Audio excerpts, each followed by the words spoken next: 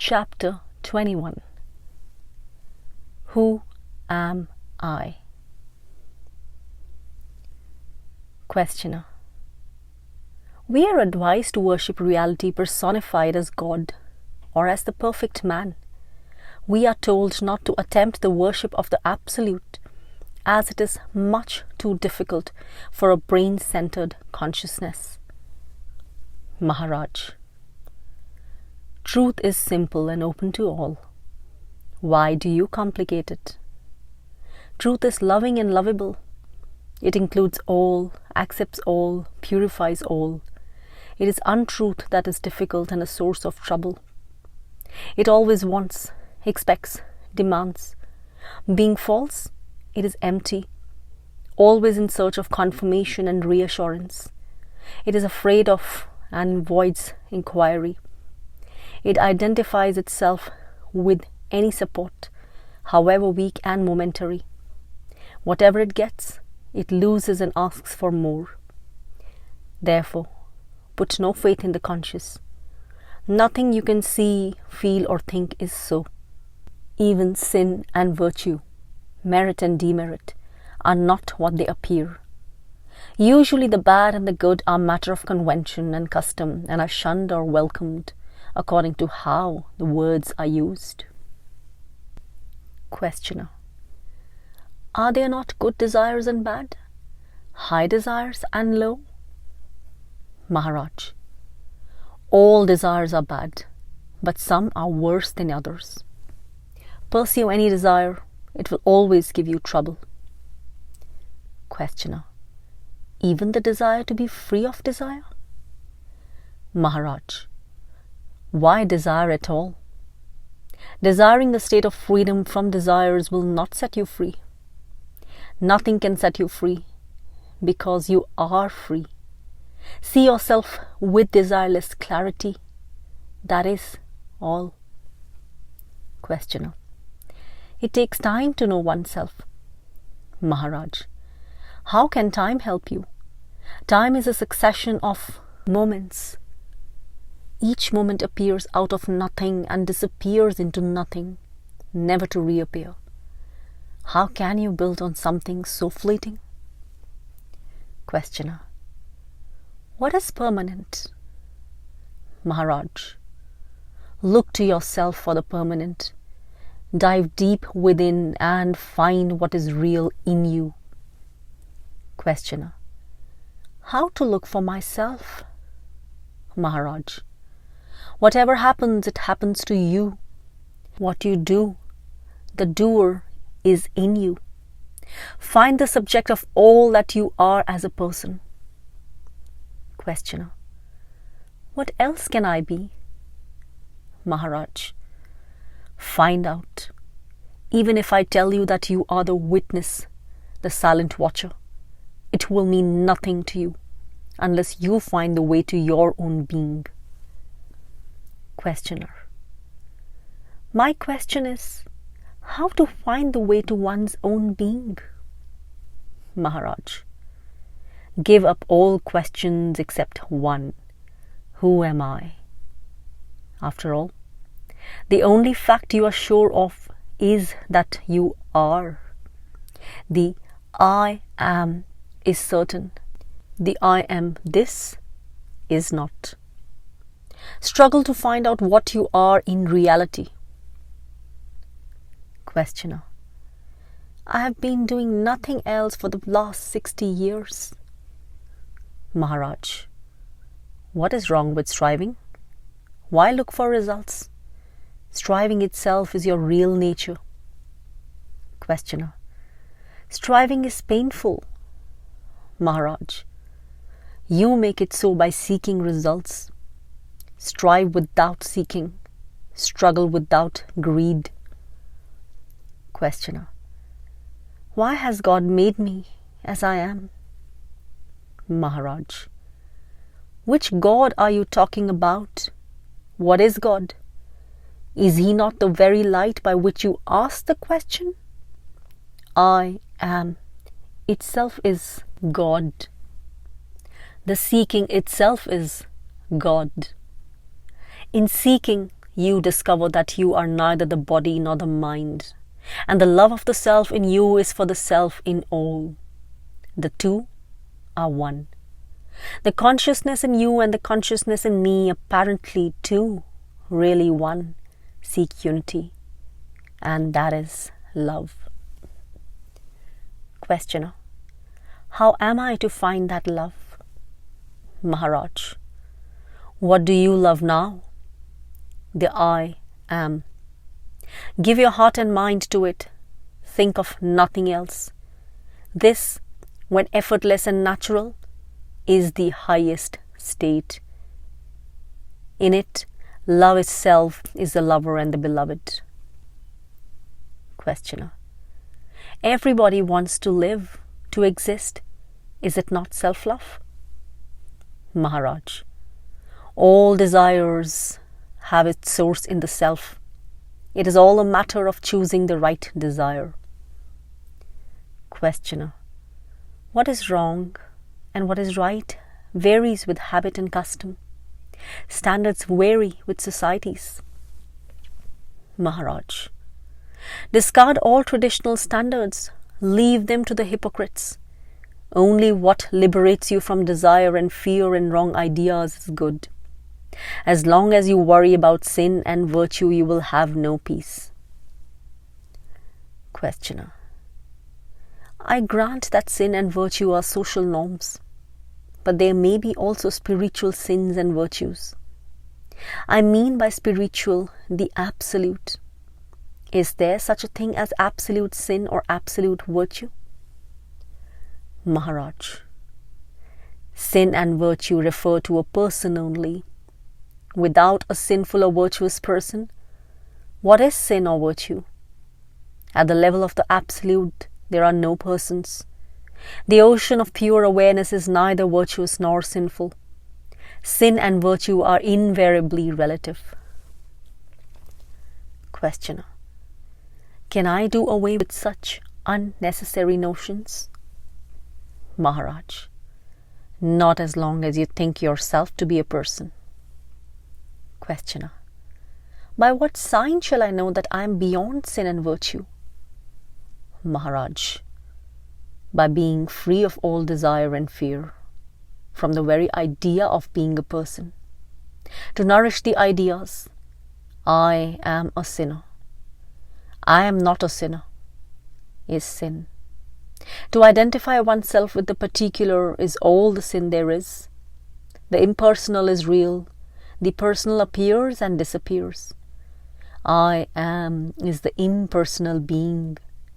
I am this is the person. The person is relative and the pure being, the fundamental. Questioner: surely pure being is not unconscious, nor is it devoid of discrimination. How can it be beyond sin and virtue? Just tell us, please. Has it intelligence or not? Maharaj: all these questions arise from your believing yourself to be a person. Go beyond the personal and see. Questioner: what exactly do you mean when you ask me to stop being a person? Maharaj: I do not ask you to stop being. That you cannot. I ask you only to stop imagining that you were born, have parents, are a body, will die, and so on. Just try. Make a beginning. It is not as hard as you think. Questioner: to think oneself as the personal is a sin of the impersonal. Maharaj: again, the personal point of view. Why do you insist on polluting the impersonal with your ideas of sin and virtue? It just does not apply. The impersonal cannot be described in terms of good and bad.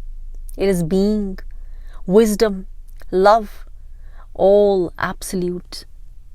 Where is the scope for sin there? And virtue is only the opposite of sin. Questioner: we talk of divine virtue. Maharaj: true virtue is divine nature, Swarup. What you are really is your virtue. But the opposite of sin, which you call virtue, is only obedience born out of fear. Questioner: then why all the effort at being good? Maharaj: it keeps you on the move. You go on and on till you find God. Then God takes you into Himself and makes you as He is. Questioner: the same action is considered natural at one point and a sin at another. What makes it sinful? Maharaj: whatever you do against your better knowledge is sin. Questioner: knowledge depends on memory.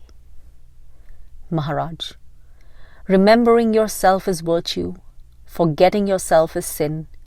It all boils down to the mental or psychological link between the spirit and matter. We may call the link psych, antahkaran. When the psyche is raw, undeveloped, quite primitive, it is subject to gross illusions.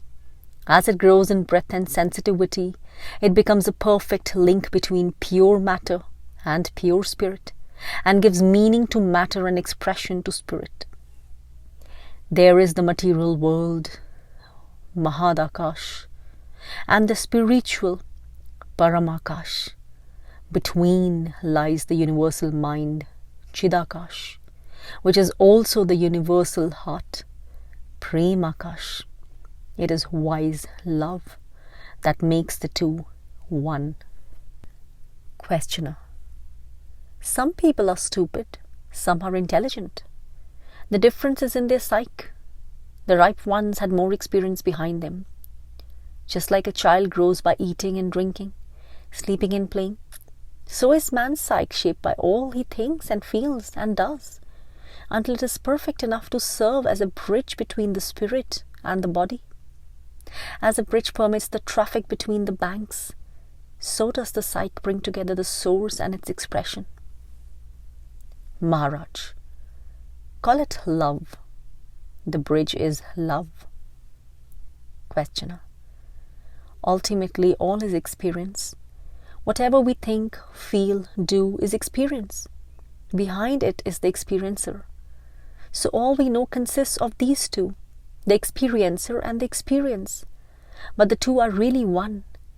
The experiencer alone is the experience. Still, the experiencer takes the experience to be outside. In the same way the spirit and the body are one. They appear only as two. Maharaj: to the spirit, there is no second. Questioner: to whom then does the second appear? It seems to me that duality is an illusion induced by the imperfection of the psyche. When the psyche is perfect, duality is no longer seen. Maharaj: you have said it. Questioner: still I have to repeat my very simple question. Who makes the distinction between sin and virtue? Maharaj: he who has a body sins with the body. He who has a mind sins with the mind. Questioner: surely the mere possession of mind and body does not compel to sin. There must be a third factor at the root of it. I come back again and again to this question of sin and virtue, because nowadays young people keep on saying that there is no such thing as sin, that one need not be squeamish and should follow the moment's desire readily. They will accept neither tradition nor authority, and can be influenced only by solid and honest thought. If they refrain from certain actions, it is through fear of police rather than by conviction. Undoubtedly, there is something in what they say, for we can see how our values change from place to place and time to time. For instance, killing in war is a great virtue today and may be considered a horrible crime the next century. Maharaj: a man who moves with the earth will necessarily experience days and nights. He who stays with the sun will know no darkness. My world is not yours. As I see it, you are all on a stage performing. There is no reality about your comings and goings, and your problems are so unreal. Questioner. We may be sleepwalkers or subject to nightmares. Is there nothing you can do? Maharaj. I am doing. I did enter your dreamlike state to tell you, stop hurting yourself and others. Stop suffering. Wake up. Questioner. Why then don't we wake up? Maharaj. You will. I shall not be thwarted. It may take some time.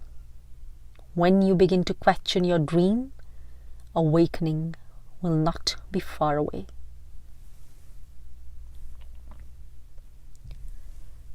Chapter 22.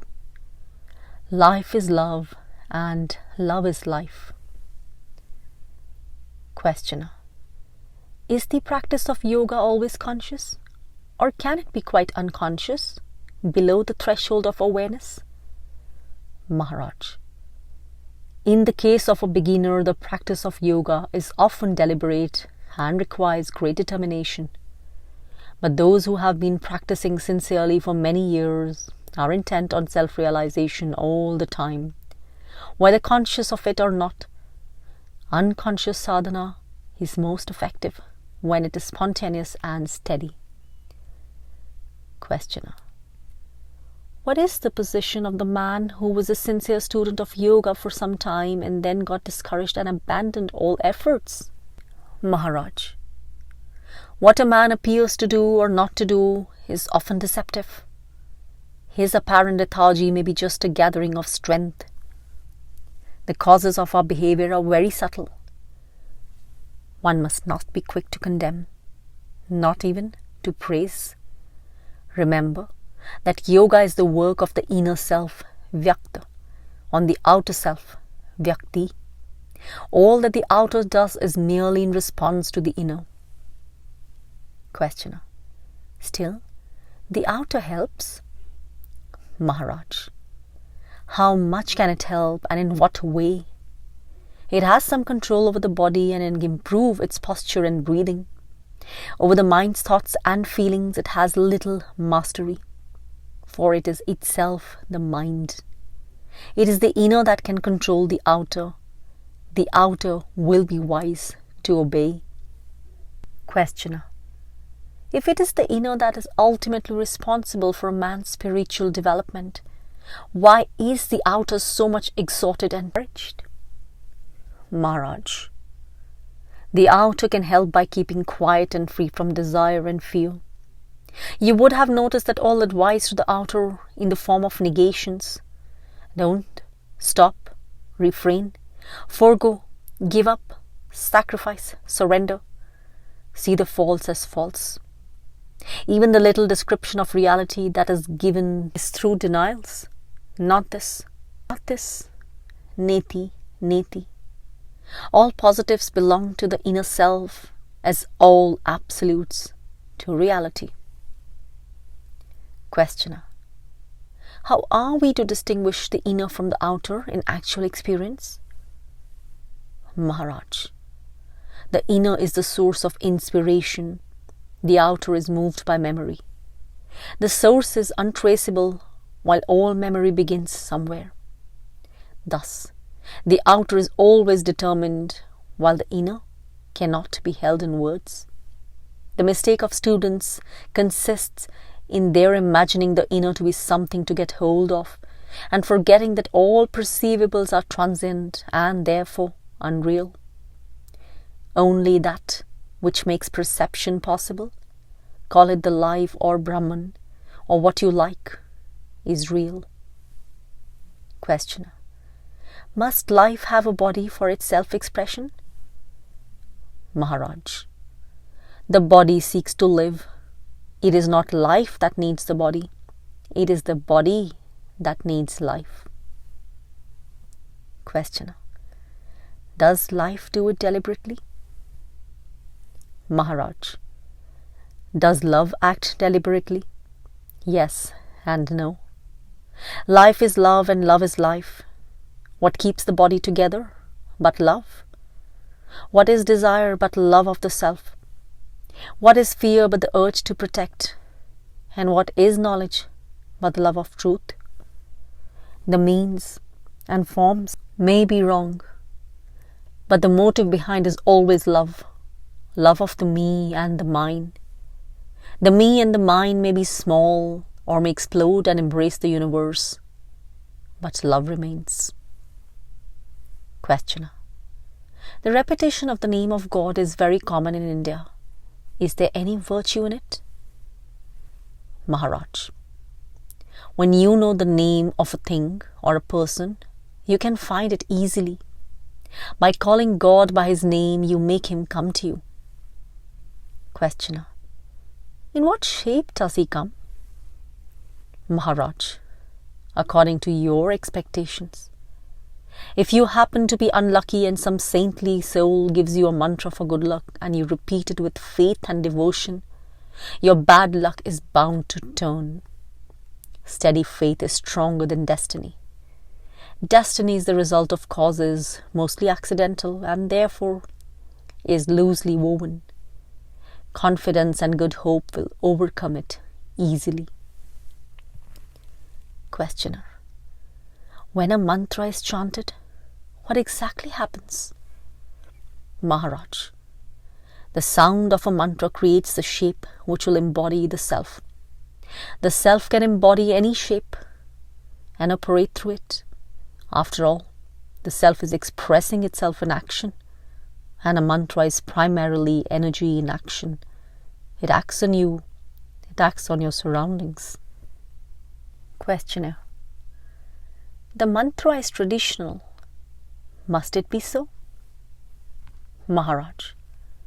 Since times immemorial, a link was created between certain words and corresponding energies, and reinforced by numberless repetitions. It is just like a road to walk on. It is an easy way. Only faith is needed. You trust the road to take you to your destination. Questioner. In Europe, there is no tradition of a mantra, except in some contemplative orders. Of what use is it to modern young Westerner? Maharaj. None, unless he is very much attracted. For him the right procedure is to adhere to the thought that he is the ground of all knowledge, the immutable and perennial awareness of all that happens to the senses and the mind. If he keeps it in mind all the time, aware and alert, he is bound to break the bounds of non-awareness and emerge into pure life, light and love. The idea, I am the witness only, will purify the body and the mind and open the eye of wisdom. Then man goes beyond delusion and his heart is free of all desires. Just like ice turns to water and water to vapor, and vapor dissolves in air and disappears in space, so does the body dissolve into pure awareness, Chidakash, then into pure being, Paramakash, which is beyond all existence and non-existence. Questioner. The realized man eats, drinks and sleeps. What makes him do so? Maharaj. The same power that moves the universe moves him too. Questioner. All are moved by the same power. What is the difference? Maharaj. This only. The realized man knows what others merely hear but don't experience. Intellectually they may seem convinced, but in action they betray their bondage, while the realized man is always right. Questioner. Everybody says, I am. The realized man too says, I am. Where is the difference? Maharaj. The difference is in the meaning attached to the words I am. With the realized man, the experience, I am the world is mine, is supremely valid. He thinks, feels and acts integrally and in unity with all that lives. He may not even know the theory and practice of self-realization and be born and bred free of religious and metaphysical notions. But there will not be the least flaw in his understanding and compassion. Questioner. I may come across a beggar, naked and hungry, and ask him, "Who are you?" He may answer, "I am the Supreme Self." Well, I say, since you are the Supreme, change your present state. What will he do? Maharaj. He will ask you, which state? What is there that needs changing? What is wrong with me? Questioner. Why should he answer so? Maharaj. Because he is no longer bound by appearances. He does not identify himself with the name and shape. He uses memory, but memory cannot use him. Questioner. Is not all knowledge based on memory? Maharaj. Lower knowledge, yes. Higher knowledge, knowledge of reality, is inherent in man's true nature. Questioner. Can I say that I am not what I am conscious of, nor am I consciousness itself? Maharaj. As long as you are a seeker, better cling to the idea that you are pure consciousness, free from all content, to go beyond consciousness in the supreme state. Questioner. The desire for realization, does it originate in consciousness or beyond? Maharaj. In consciousness, of course. All desire is born from memory and is within the realm of consciousness. What is beyond is clear of all striving. The very desire to go beyond consciousness is still in consciousness. Questioner. Is there any trace or imprint of the beyond on consciousness? Maharaj. No, there cannot be. Questioner. Then what is the link between the two? How can a passage be found between two states which have nothing in common? Is not pure awareness the link between the two? Maharaj. Even pure awareness is a form of consciousness. Questioner. Then what is beyond? Emptiness? Maharaj. Emptiness again refers only to consciousness. Fullness and emptiness are relative terms. The real is really beyond. Beyond not in relation to consciousness, but beyond all relations of whatever kind. The difficulty comes with the word state. The real is not a state of something else. It is not a state of mind or consciousness or psyche, nor it is something that has a beginning and an end, being and not being.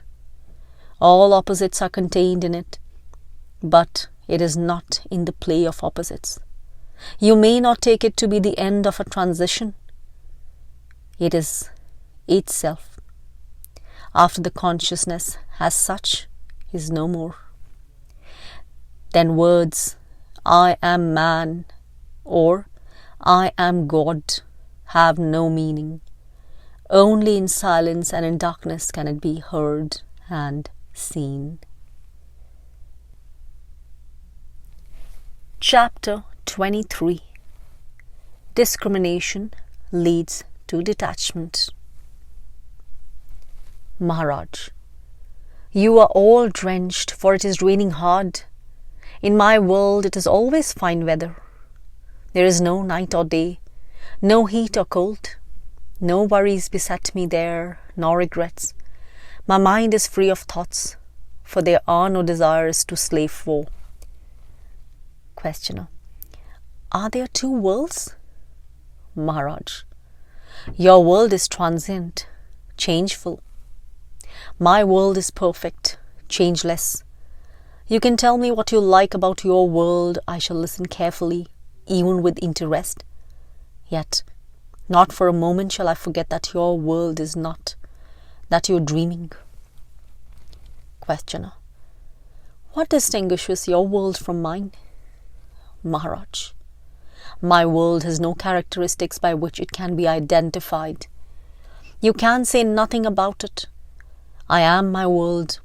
My world is myself. It is complete and perfect. Every impression is erased. Every experience rejected. I need nothing, not even myself. For myself, I cannot lose. Questioner. Not even God? Maharaj. All these ideas and distinctions exist in your world. In mine there is nothing of the kind. My world is single and very simple. Questioner. Nothing happens there? Maharaj. Whatever happens in your world, only there it has validity and evokes response. In my world, nothing happens. Questioner. The very fact of your experiencing your own world implies a duality inherent in all experience. Maharaj. Verbally, yes. But your words do not reach me. Mine is a non-verbal world. In your world, the unspoken has no existence. In mine, the words and their contents have no being. In your world, nothing stays. In mine, nothing changes. My world is real, while yours is made of dreams. Questioner. Yet, we are talking. Maharaj. The talk is in your world. In mine, there is eternal silence. My silence sings, my emptiness is full, I lack nothing. You cannot know my world until you are there. Questioner. It seems as if you alone are in your world. Maharaj. How can you say alone or not alone when words do not apply? Of course I am alone, for I am all. Questioner. Do you ever come into our world? Maharaj. What is coming and going to me? These again are words. I am. Whence am I to come from and where to go? Questioner. Of what use is your world to me? Maharaj. You should consider more closely your own world, examine it critically, and suddenly one day you will find yourself in mine. Questioner. What do we gain by it? Maharaj. You gain nothing. You leave behind what is not your own and find what you have never lost, your own being.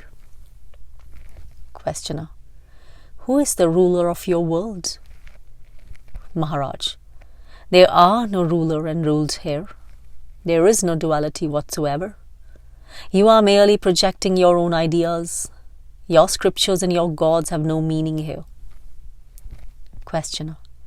Still, you have a name and shape, display consciousness and activity. Maharaj. In your world I appear so. In mine, I have being only. Nothing else. You people are rich with your ideas of possession, of quantity and quality. I am completely without ideas. Questioner. In my world, there is disturbance, distress, and despair.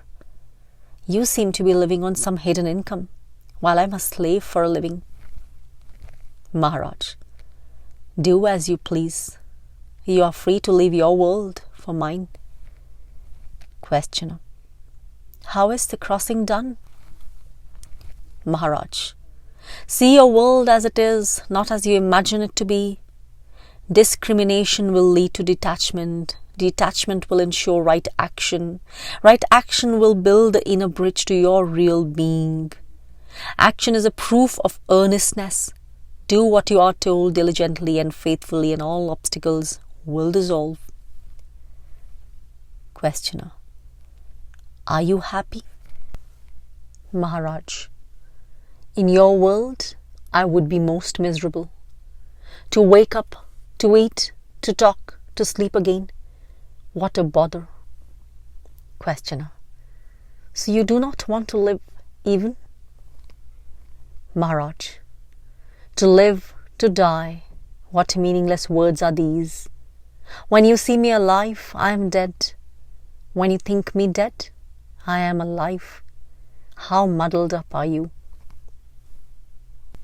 Questioner, how indifferent you are. All the sorrows of our world are as nothing to you. Maharaj, I am quite conscious of your troubles. Questioner, then what are you doing about them? Maharaj, there is nothing I need do. They come and go. Questioner, do they go by the very act of your giving them attention? Maharaj, yes. The difficulty may be physical, emotional or mental, but it is always individual. Large-scale calamities are the sum of numberless individual destinies and take time to settle. But death is never a calamity. Questioner, even when a man is killed? Maharaj, the calamity is of the killer. Questioner, still, it seems there are two worlds, mine and yours. Maharaj, mine is real, yours is of the mind. Questioner, imagine a rock and a hole in the rock and a frog in the hole. The frog may spend its entire life in perfect bliss, undistracted, undisturbed. Outside the rock, the world goes on. If the frog in the hole were told about the world outside, he would say, there is no such thing. My world is of peace and bliss. Your world is a word structure only. It has no existence. It is the same with you. When you tell us that our world simply does not exist, there is no common ground for discussion. Or take another example. I go to a doctor and complain of stomachache. He examines me and says, you are all right. But it pains, I say. Your pain is mental, he asserts. I say, it does not help me to know that my pain is mental. You are a doctor. Cure my pain. If you cannot cure me, you are not my doctor. Maharaj, quite right. Questioner, you have built a railroad, but for lack of a bridge, no train can pass. Build the bridge. Maharaj, there is no need of a bridge. Questioner, there must be some link between your world and mine. Maharaj, there is no need of a link between a real world and an imaginary world, for there cannot be any. Questioner, so what are we to do? Maharaj, investigate your world, apply your mind to it, examine it critically, scrutinize every idea about it. That will do. Questioner, the world is too big for investigation. All I know is that I am. The world is. The world troubles me and I trouble the world. Maharaj, my experience is that everything is bliss. But the desire for bliss creates pain. Thus, bliss becomes the seed of pain. The entire universe of pain is born of desire. Give up the desire for pleasure and you will not even know what is pain. Questioner, why should pleasure be the seed of pain? Maharaj, because for the sake of pleasure you are committing many sins, and the fruits of sin are suffering and death.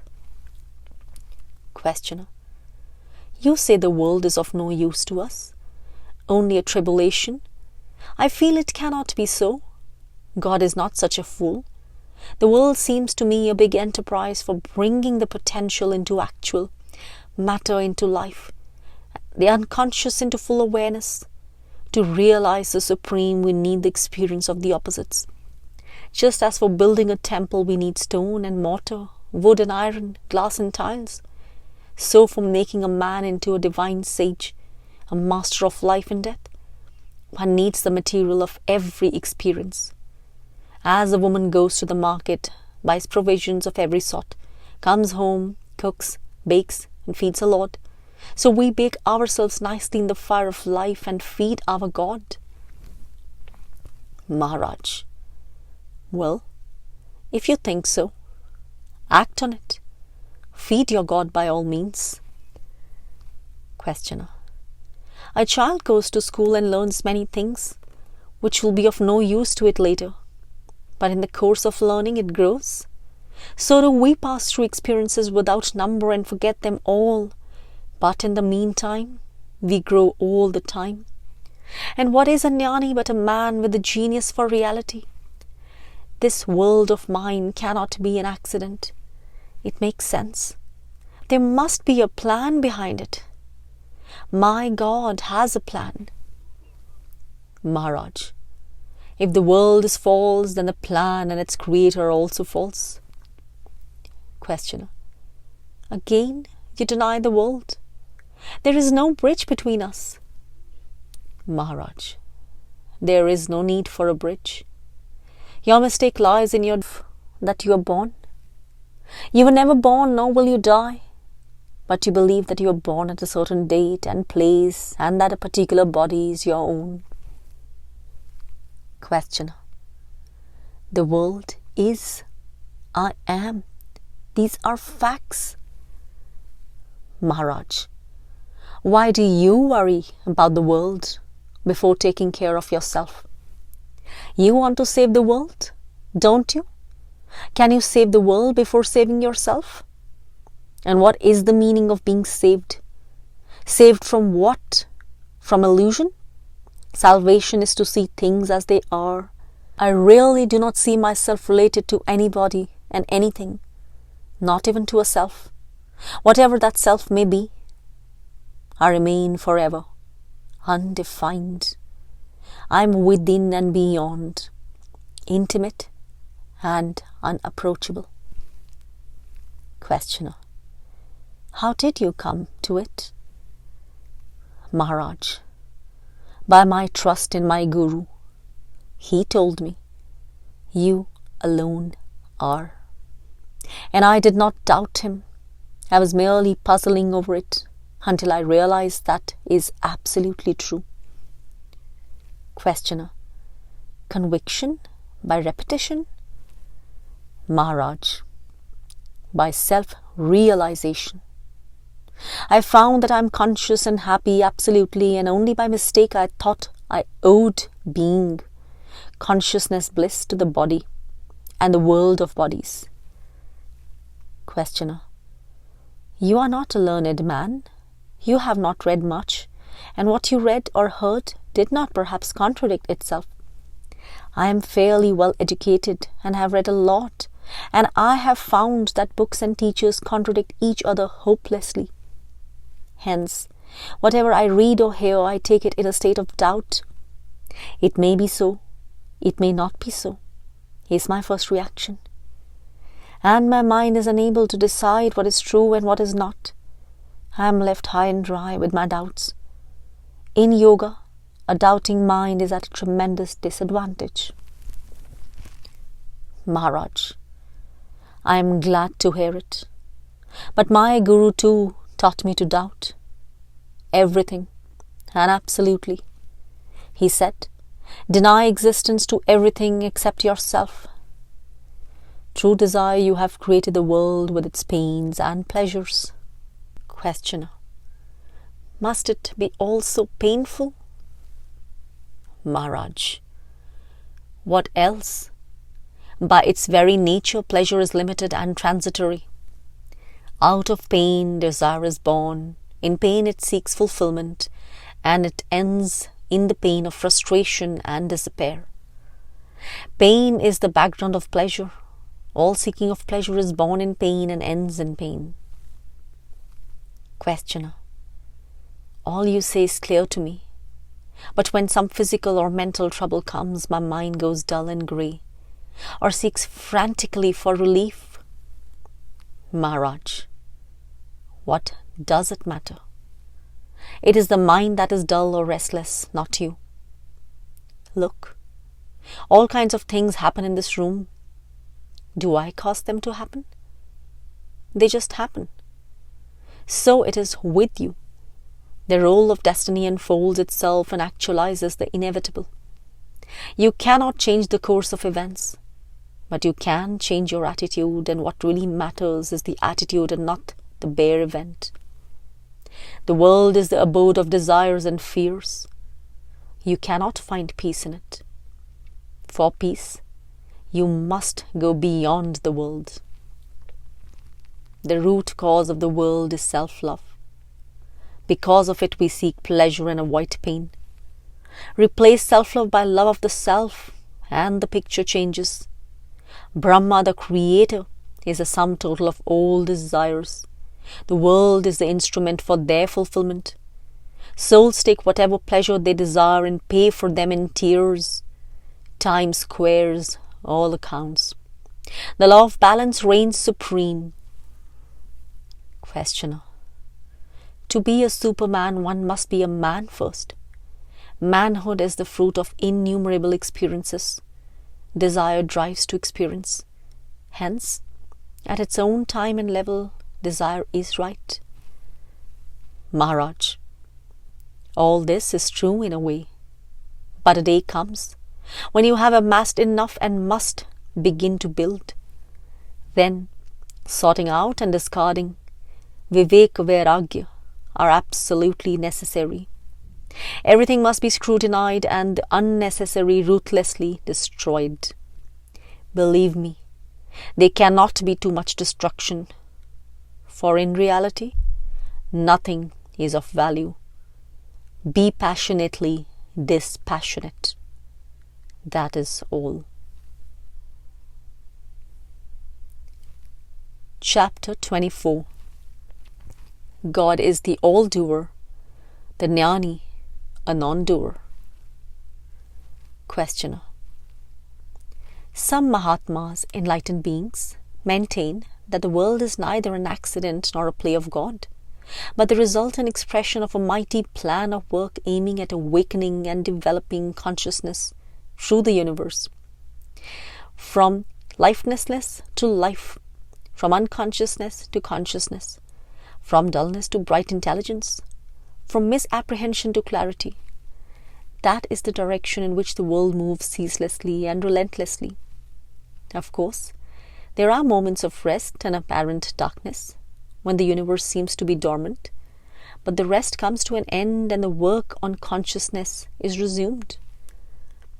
From our point of view, the world is a vale of tears, a place to escape from, as soon as possible and by every possible means. To enlightened beings, the world is good and it serves a good purpose. They do not deny that the world is a mental structure and that ultimately all is one, but they see and say that the structure has meaning and serves a supremely desirable purpose. What we call the will of God is not a capricious whim of a playful deity, but the expression of an absolute necessity to grow in love and wisdom and power, to actualize the infinite potentials of life and consciousness. Just as a gardener grows flowers from a tiny seed to glorious perfection, so does God in his own garden grow, among other beings, men to supermen, who know and love and work along with him. When God takes rest, pralay, those whose growth was not completed become unconscious for a time, while the perfect ones who have gone beyond all forms and contents of consciousness remain aware of the universal silence. When the time comes for the emergence of a new universe, the sleepers wake up and their work starts. The more advanced wake up first and prepare the ground for the less advanced, who thus find forms and patterns of behavior suitable for their further growth. That runs the story. The difference with your teaching is this: You insist that the world is no good and should be shunned. They say that distaste for the world is a passing stage, necessary, yet temporary, and is soon replaced by an all-pervading love and a steady will to work with God. Maharaj, all you say is right for the outgoing, pravritti, path. For the path of return, nivritti, knotting oneself is necessary. My stand I take when nothing, Paramakash, is. Words do not reach there, nor thoughts. To the mind it is all darkness and silence. Then consciousness begins to stir and wakes up the mind, Chidakash, which projects the world, Mahadakash, built of memory and imagination.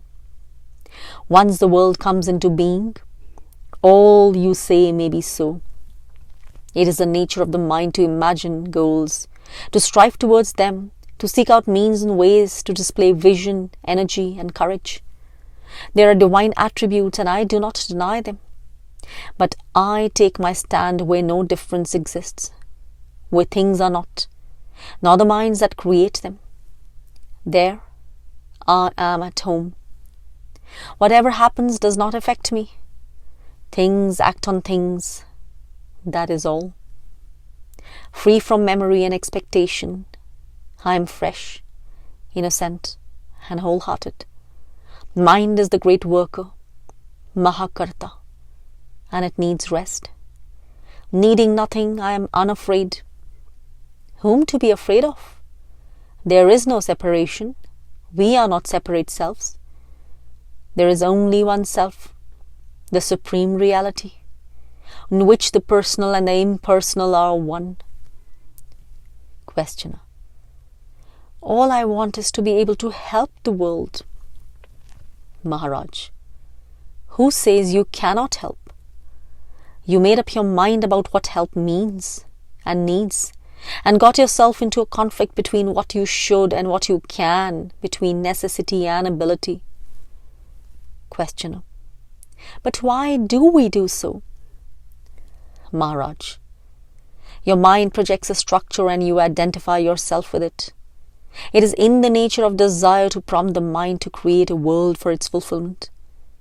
Even a small desire can start a long line of action. What about a strong desire? Desire can produce a universe. Its powers are miraculous. Just as a small matchstick can set a huge forest on fire, so does desire light the fires of manifestation. The very purpose of creation is the fulfillment of desire. The desire may be noble or ignoble. Space, Akash, is very neutral. One can fill it with what one likes.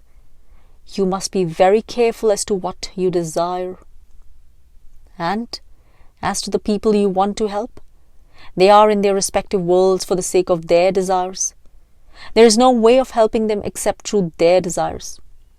You can only teach them to have right desires so that they may rise above them and be free from the urges to create and recreate worlds of desires, abodes of pain and pleasure. Questioner. A day must come when the show is wound up. A man must die. A universe come to an end. Maharaj. Just as a sleeping man forgets all and wakes up for another day, or he dies and emerges into another life, so do the worlds of desire and fear dissolve and disappear. But the universal witness, the supreme self, never sleeps and never dies. Eternally the great heart beats, and at each beat a new universe comes into being. Questioner. Is he conscious? Maharaj. He is beyond all the mind conceives. He is beyond being and not being. He is the yes and no to everything, beyond and within, creating and destroying, unimaginably real. Questioner. God and the Mahatma, are they one or two? Maharaj. They are one. Questioner. There must be some difference. Maharaj, God is the all-Doer. The Gnani is a non-doer. God himself does not say, I am doing all. To him things happen by their own nature. To the Gnani all is done by God. He sees no difference between God and nature. Both God and the Gnani know themselves to be immovable center of the movable, the eternal witness of the transient. The center is a point of void, and the witness a point of pure awareness. They know themselves to be nothing, therefore nothing can resist them.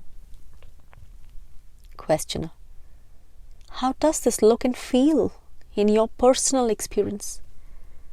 Maharaj: being nothing, I am all.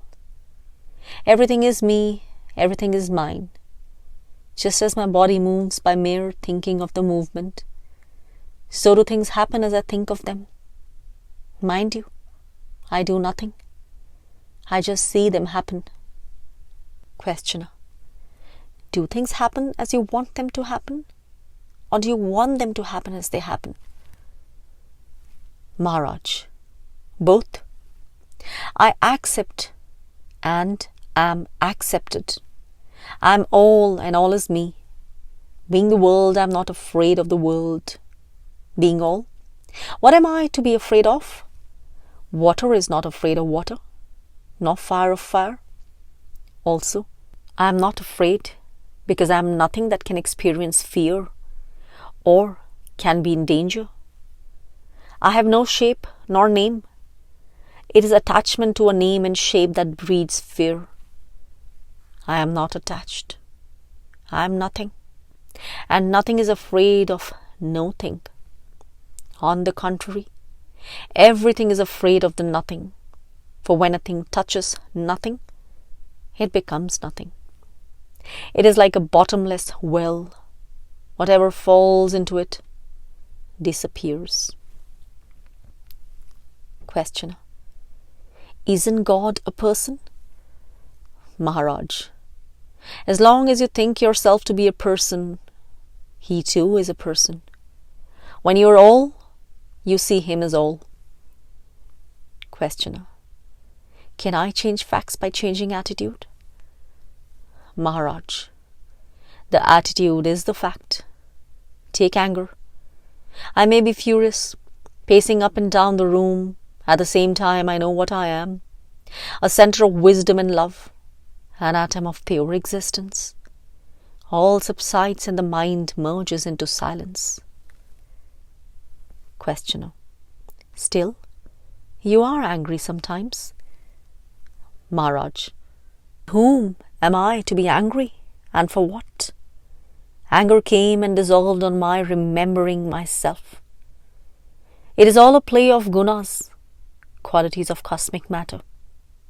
When I identify myself with them, I am their slave. When I stand apart, I am their master.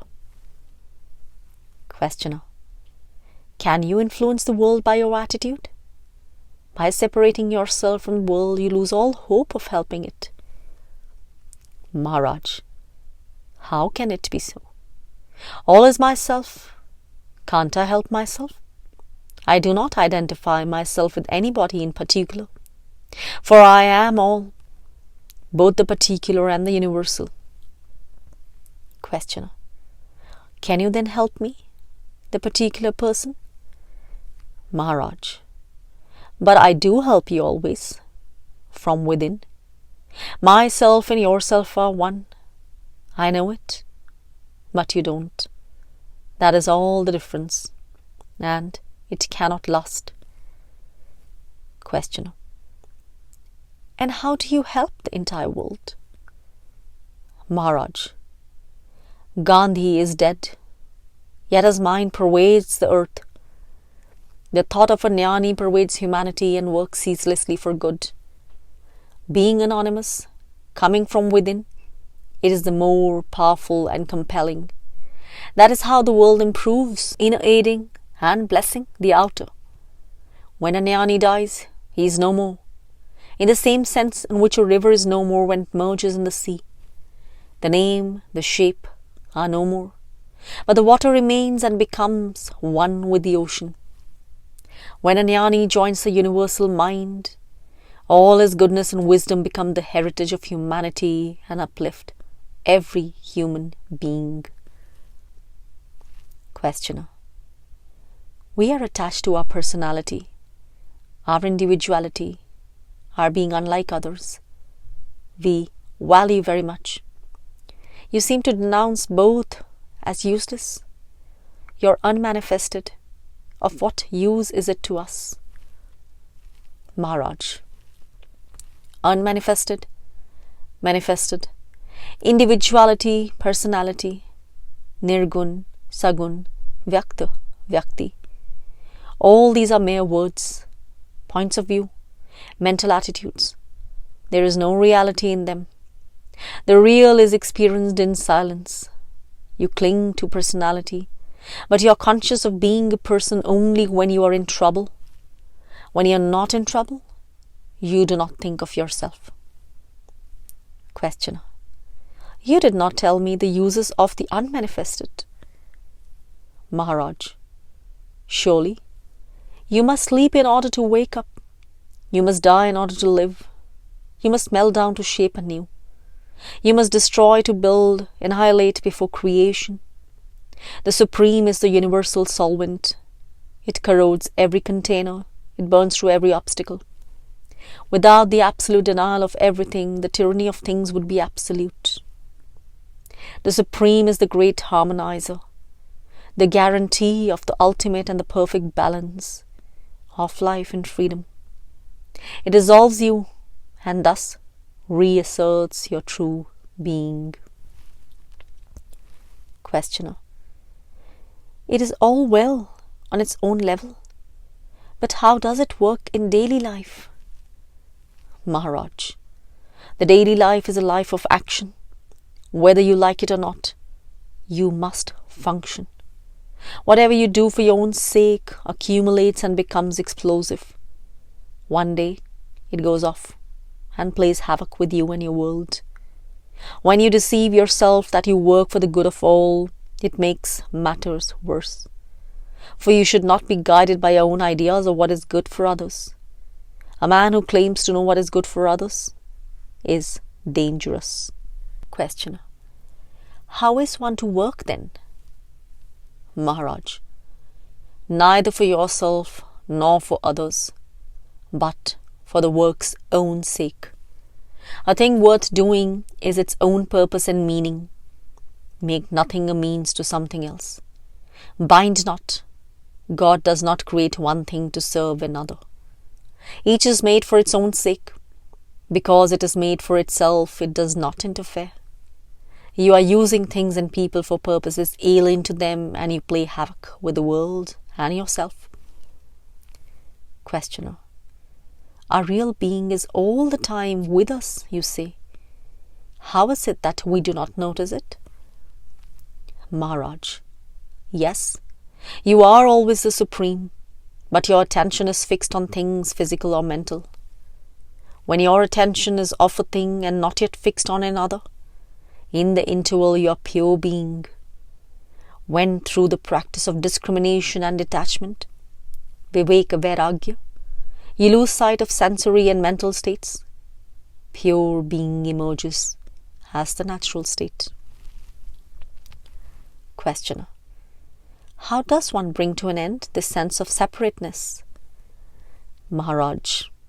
By focusing the mind on I am. On the sense of being, I am so and so dissolves. Am a witness only remains, and that too submerges in I am all. Then the all becomes the one, and the one yourself, not to be separate from me. Abandon the idea of a separate I, and the question of whose experience will not arise. Questioner. You speak from your own experience. How can I make it mine? Maharaj. You speak of my experience as different from your experience, because you believe we are separate, but we are not. On a deeper level, my experience is your experience. dive deep within yourself, and you'll find it easily and simply. Go in the direction of I am. Chapter 25. Hold on to I am. Questioner. Are you ever glad or sad? Do you know joy and sorrow? Maharaj. Call them as you please. To me, they are states of mind only, and I am not the mind. Questioner. Is love a state of mind? Maharaj. Again, it depends what you mean by love. Desire is, of course, a state of mind. But the realization of unity is beyond mind. To me, nothing exists by itself. All is a self, all is myself. To see myself in everybody and everybody in myself most certainly is love. Questioner. When I see something pleasant, I want it. Who exactly wants it? The self or the mind? Maharaj. The question is wrongly put. There is no who. There is desire, fear, anger, and the mind says, this is me, this is mine. There is no thing which could be called me or mine. Desire is a state of the mind, perceived and named by the mind. Without the mind perceiving and naming, where is desire? Questioner. But is there such a thing as perceiving without naming? Maharaj. Of course. Naming cannot go beyond the mind, while perceiving is consciousness itself. Questioner. When somebody dies, what exactly happens? Maharaj. Nothing happens. Something becomes nothing. Nothing was, nothing remains. Questioner. Surely, there is a difference between the living and the dead. You speak of the living as dead, and of the dead as living. Maharaj. Why do you fret at one man dying and care little for the millions dying every day? Entire universes are imploding and exploding every moment. Am I to cry over them? One thing is quite clear to me. All that is, lives, and moves, and has its being in consciousness, and I am in and beyond that consciousness. I am in it as the witness. I am beyond it as being. Questioner. Surely you care when your child is ill, don't you? Maharaj. I don't get flustered. I just do the needful. I do not worry about the future. A right response to every situation is in my nature. I do not stop to think what to do. I act and move on. Results do not affect me. I do not even care whether they are good or bad. Whatever they are, they are. If they come back to me, I deal with them afresh. Or rather, I happen to deal with them afresh. There is no sense of purpose in my doing anything. Things happen as they happen, not because I make them happen, but it is because I am that they happen. In reality, nothing ever happens. When the mind is restless, it makes Shiva dance, like the restless waters of the lake make the moon dance. It is all appearance due to wrong ideas. Questioner. Surely, you are aware of many things and behave accordingly to their nature. You treat a child as a child and an adult as an adult. Maharaj. Just as the taste of salt pervades the great ocean and every single drop of sea water carries the same flavor, so every experience gives me the touch of reality, the every fresh realization of my own being. Questioner. Do I exist in your world as you exist in mine? Maharaj. Of course, you are, and I am, but only as points in consciousness. We are nothing apart from consciousness. This must be well grasped. The world hangs on the thread of consciousness. No consciousness, no world. Questioner. There are many points in consciousness. Are there as many worlds? Maharaj. Take dream for an example. In a hospital, there may be many patients, all sleeping, all dreaming, each dreaming his own private personal dream, unrelated, unaffected, having one single factor in common, illness. Similarly, we have divorced ourselves in our imagination from the real world of common experience and enclosed ourselves in the cloud of personal desires and fears, images and thoughts, ideas and concepts. Questioner. This I can understand. But what could be the cause of the tremendous variety of the personal worlds? Maharaj. The variety is not so great. All the dreams are superimposed over a common world. To some extent, they shape and influence each other. The basic unity operates in spite of all. At the root of it all lies self-forgetfulness, not knowing who I am. Questioner. To forget, one must know. Did I know who I am before I forget it? Maharaj. Of course. Self-forgetting is inherent in self-knowing. Consciousness and unconsciousness are two aspects of one life. They coexist. To know the world, you forget the self. To know the self, you forget the world. What is world, after all? A collection of memories. Cling to one thing that matters. Hold on to I am and let go all else. This is sadhana. In realization, there is nothing to hold on to and nothing to forget. Everything is known, nothing is remembered. Questioner.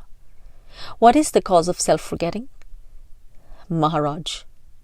There is no cause, because there is no forgetting. Mental states succeed one another, and each obliterates the previous one. Self-remembering is a mental state, and self-forgetting is another. They alternate like day and night. Reality is beyond both. Questioner. Surely, there must be a difference between forgetting and not knowing. Not knowing needs no cause. Forgetting presupposes previous knowledge and also the tendency or ability to forget. I admit I cannot inquire into the reason for not knowing, but forgetting must have some ground. Maharaj. There is no such thing as not knowing. There is only forgetting. What is wrong with forgetting? It is as simple to forget as to remember. Questioner. Is it not a calamity to forget oneself? Maharaj. As bad as to remember oneself continuously. There is a state beyond forgetting and non-forgetting, the natural state. To remember, to forget, these are all states of mind, thought-bound, word-bound. Take, for example, the idea of being born. I am told I was born. I do not remember. I am told I shall die. I do not expect it. You tell me I have forgotten, or I lack imagination, but I just cannot remember what never happened, nor expect the patently impossible. Bodies are born and bodies die. But what is it to me? Bodies come and go in consciousness, and consciousness itself has roots in me.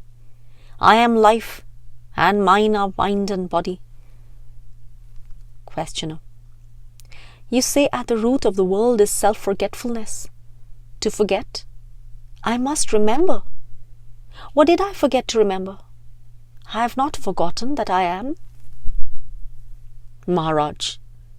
This I am too may be a part of the illusion. Questioner. How can it be? You cannot prove to me that I am not. Even when convinced that I am not, I am. Maharaj. Reality can neither be proved nor disproved. Within the mind you cannot, Beyond the mind you need not. In the real, the question, what is real, does not arise. The manifested Sagun and unmanifested Nirgun are not different. Questioner. In that case, all is real. Maharaj. I am all. As myself, all is real. Apart from me, nothing is real. Questioner. I do not feel that the world is the result of a mistake. Maharaj. You may say so only after a full investigation, not before. Of course, when you discern and let go all that is unreal, what remains is real. Questioner. Does anything remain? Maharaj. The self remains, but don't be misled by words. Questioner. Since time immemorial, during innumerable births, I build and improve and beautify my world. Is it neither perfect nor unreal? It's a process. Maharaj. You are mistaken. The world has no existence apart from you. At every moment, it is but a reflection of yourself. You create it. You destroy it. Questioner. And build it again, improved? Maharaj. To improve it, you must disprove it. One must die to live. There is no rebirth, except through death. Questioner. Your universe may be perfect. My personal universe is improving. Maharaj. Your personal universe does not exist by itself.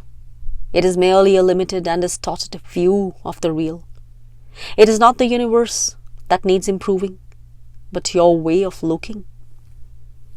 Questioner. How do you view it? Maharaj. It is a stage on which a world drama is being played. The quality of the performance is all that matters. Not what the actors say and do, but how they say and do it. Questioner. I do not like this Leela, play idea. I would rather compare the world to a workyard in which we are the builders. Maharaj. You take it too seriously. What is wrong with play? You have a purpose only as long as you are not complete, Purn. Till then, completeness, perfection is the purpose. But when you are complete in yourself, fully integrated within and without, then you enjoy the universe. You do not labor at all. To the disintegrated, you may seem to be working hard, but that is their illusion. Sportsmen seem to make tremendous efforts, yet their sole motive is to play and display. Questioner. Do you mean to say that God is just having fun? That he is engaged in purposeless action? Maharaj. God is not only true and good, he is also beautiful. Satyam, Shivam, Sundaram. He creates beauty for the joy of it. Questioner. Well, then beauty is his purpose. Maharaj. Why do you introduce purpose? Purpose implies movement, change, a sense of imperfection. God does not aim at beauty. Whatever he does is beautiful. Would you say that a flower is trying to be beautiful? It is beautiful by its very nature. Similarly, God is perfection itself, not an effort at perfection. Questioner. The purpose fulfills itself in beauty. Maharaj. What is beautiful? Whatever is perceived blissfully is beautiful. Bliss is the essence of beauty. Questioner. You speak of Sat Chit Anand. That I am is obvious. That I know is obvious. That I am happy is not at all obvious. Where has my happiness gone? Maharaj. By fully aware of your own being, and you will be in bliss consciously. Because you take your mind off yourself and make it dwell on what you are not, you lose your sense of well-being, of being well. Questioner. There are two paths before us, the path of effort, Yoga Marg, and the path of ease, Bhoga Marg. Both lead to the same goal, liberation. Maharaj. Why do you call Bhog a path? How can ease bring you perfection? Questioner. The perfect renouncer, yogi, will find reality. The perfect enjoyer, bhogi, also will come to it. Maharaj. How can it be? Aren't they contradictory? Questioner. The extremes meet. To be a perfect bhogi is more difficult than to be a perfect yogi. I am a humble man and cannot venture judgments of value. Both the yogi and the bhogi, after all, are concerned with the search for happiness. The yogi wants the permanent. The bhogi is satisfied with the intermittent. Often the bhogi strives harder than the yogi. Maharaj. What is your happiness worth when you have to strive and labor for it? True happiness is spontaneous and effortless. Questioner. All beings seeing happiness, the means only differ. Some seek it within and are called therefore yogis. Some seek it without and are condemned as bhogis.